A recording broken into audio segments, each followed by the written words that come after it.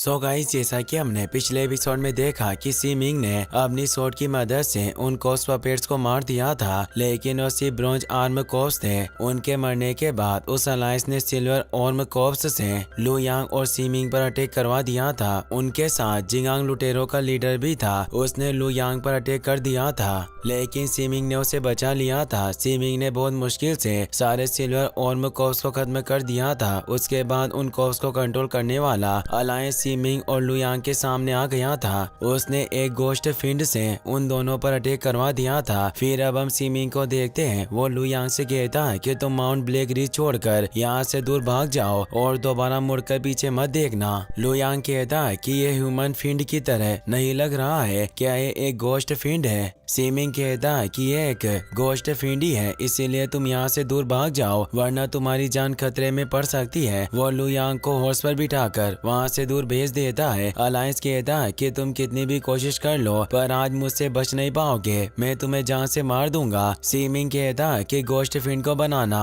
एक restricted art है, आखिरकार तुम कौन हो और ये सब क्यों कर रहे हो? लेकिन अलायंस इसका कोई जवाब नहीं देता। वो गोश्त फिंड से उस पर अटैक करवा देता है। गोश्त फिंड उसके ऊपर अटैक करने के लिए आता है। Seeming golden tiger sword energy से उस पर अटैक करता है, जिससे गोश्त फिंड को बहुत तकलीफ होती है, मगर कुछ सेकंड में वो फिर से नॉर्मल हो जाता है। वो फिर से सीमिंग पर अटैक करने के लिए आता है। सीमिंग सोचता है कि अगर कोई गोश्त फिंड किसी बॉडी के अंदर चला जाए तो उसकी सोल भी डिस्ट्रॉय हो जाती है। अब मेरे पास ज्यादा वक्त नहीं है और मेरे पास ज्यादा पावर भी नहीं बची। मैं बस इस फिंड को ज्यादा देर तक उलझा सकता हूँ ताकि लू यांग को भागने के लिए कुछ और वक्त मिल सके। गोश्त फिंड एक स्वॉर्ड लेकर सीमिंग पर अटैक करने के लिए आता है, लेकिन वो अपनी स्वॉर्ड की मदद से उसे दूर कर देता है, जिससे फिंड के हाथ से स्वॉर्ड भी छूट जाती है। फिर हम लू यांग को देखते हैं। वो हॉर्स पर बैठकर माउंट ब्लैक रिज से दूर जा रहा था, मगर उसके सामने कुछ ब्रॉन्ज आर्म कोप्स आ जाते हैं। उन्हें देखकर लू यांग रुक जाता है। वो अपनी स्वॉर्ड एक्टिवेट करके उन पर अटैक करता है, पर उनकी बॉडी बहुत स्ट्रॉन्ग थी, जिस वजह से उसकी स्वॉर्ड दूर गिर जाती है। लू यांग अपनी स्वॉर्ड लेकर कहता है कि अगर मुझे यहाँ से जिंदा बचकर जाना है तो मुझे कुछ भी करके इन्हें मारना होगा। वो गोल्डन टाइगर स्वॉर्ड सूत्र और क्यूप्राइड स्वॉर्ड बॉडी को एक्टिवेट करता है, जिससे वो ब्रॉन्ज आर्म कोप्स से दूर हो जाते हैं। लू यांग फ्लाइंग रेनबो सोल स्किल को एक्टिवेट करता है। वो उन पर अटैक करने लगता है, मगर एक पपेट उस पर अटैक कर देता है, जिस वजह से वो दूर हो जाता है। लू यांग सोचता है कि मुझे शांत रहकर सोचना होगा ताकि मैं न हरा सकूं, मगर मैंने जल्दबाजी की तो मैं जिंदा नहीं बच पाऊंगा। वो अपनी मल्टीपल स्वॉर्ड से उन पर अटैक करता है, जिससे उन्हें तकलीफ होती है। उनकी हालत देखकर लू यांग सोचता है कि मेरी इस पावर के साथ मुझे इन ब्रॉन्ज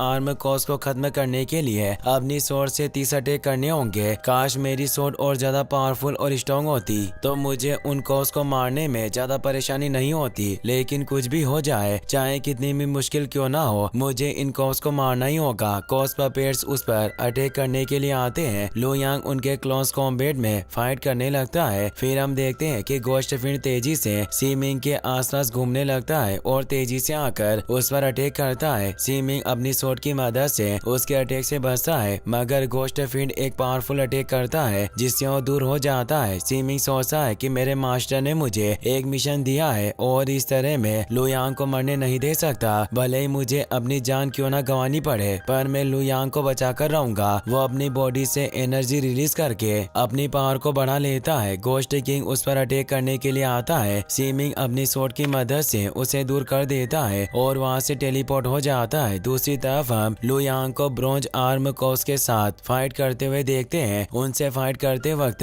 वो काफी थक गया था और उसकी एनर्जी भी बहुत कम हो गई थी, जिससे उसे काफी परेशानी हो रही थी। लेकिन तभी सीमिंग तेजी से वहाँ जाता है। वो अपनी बॉडी से बहुत पावरफुल एनर्जी रिलीज करता है, जिससे सारे ब्रॉन्ज आर्म कोप्स खत्म हो जाते हैं। लेकिन इतनी ज्यादा पावर यूज करने की वजह से सीमिंग की हालत भी खराब हो गई थी। वो कहता है कि अब मैं ज्यादा देर तक उन्हें नहीं रोक पाऊंगा, इसीलिए तुम यहाँ से भाग जाओ, लेकिन वापस वेस्ट डोमेन मत जाना। तुम बस किसी सेफ जगह छिपकर रहना और अपनी पावर को बढ़ाकर स्ट्रॉन्ग बनाना। लू यांग कहता है कि जो कोई भी हमारे साथ ये सब कर रहा है मैं उसका पता लगाऊंगा और उससे इन सब चीजों का बदला लूंगा। वो हॉर्स पर बैठकर वहाँ से चला जाता है। सीमिंग कहता है कि जब तक मैं लू यांग को बचा सकता हूँ मैं उसे बचाऊंगा, उसके लिए मैं अपनी जान देने जा रहा हूँ। लू यांग हॉर्स पर बैठकर आगे बढ़ रहा था। कुछ वक्त बाद वो माउंट ब्लैक रिज के एरिया से बाहर आ जाता है। वो सोचता है कि मैं खतरे से दूर आ गया हूँ, अब मैं जहाँ चाहूँ वहाँ जा सकता हूँ। उसके बाद वो लोग मुझे नहीं ढूंढ पाएंगे। वो ये सोचते हुए आगे बढ़ रहा था, तभी उसे अलायंस के हंसने की आवाज आती है। लुयांग कहता है कि उसने मुझे ढूंढ लिया है, यहाँ तक कि सीमिंग जैसा पावरफुल स्वॉर्ड मास्टर भी उसे नहीं रोक पाया, तो मैं उसका क्या बिगाड़ पाऊंगा। ऐसा लगता है कि आज मेरी जिंदगी का आखिरी दिन है। अलायंस उसके सामने आ जाता है। वो कहता है कि तुम कितनी भी कोशिश कर लो मगर मुझसे बचकर नहीं भाग पाओगे। आज तुम्हारी जिंदगी का आखिरी दिन है। लुयांग सोचता है कि आदमी बहुत पावरफुल है, मैं कितनी भी कोशिश क्यों ना कर लूं, मैं उसे नहीं हरा पाऊंगा। लुयांग अलायंस से कहता है कि हम दोनों के बीच में कोई दुश्मनी नहीं है और मैं तुम्हें जानता भी नहीं हूँ, तो तुम मुझे क्यों मारना चाहते हो।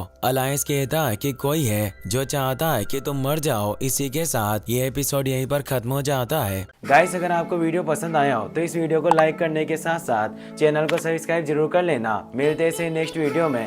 Thanks for watching.